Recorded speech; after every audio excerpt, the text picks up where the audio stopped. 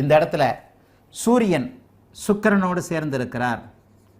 நீச்ச பங்கம் இது. இந்த சூரியன் ரொம்ப கிரிட்டிக்கல் பார்க்கணும்.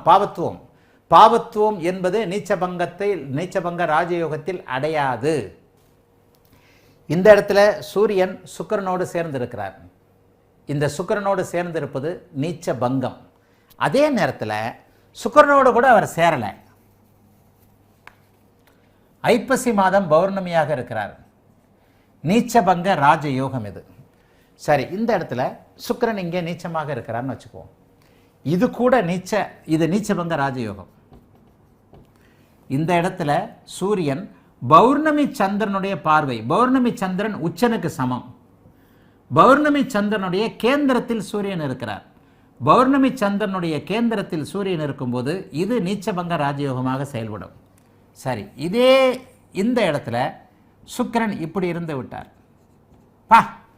நீச்சபங்க ராஜயோகத்திலும் மிகப்பெரிய அளவில் 100 மார்க்குக்கு மேலே அருமையாக சூரியனுடைய அத்தனை விஷயங்களும் இங்கே செயல்படும். இங்கே தான் திருப்பலத்தை சிவராஜ யோகம்னு சொல்கிறோம்.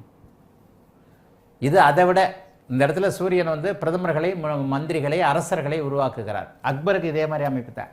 இந்த இடத்துல நீச்சபங்க ராஜயோகம் என்பது பௌர்ணமி சந்திரனுடைய எதிரே இருப்பது. பௌர்ணமி சந்திரனுடைய எதிரே சூரியன் இருந்து இங்கே சுக்கிரனோடு அவர் இணைந்திருக்கும் போது நீச்சபங்க ராஜயோகத்தை மிக தெளிவாக அடைகிறார்.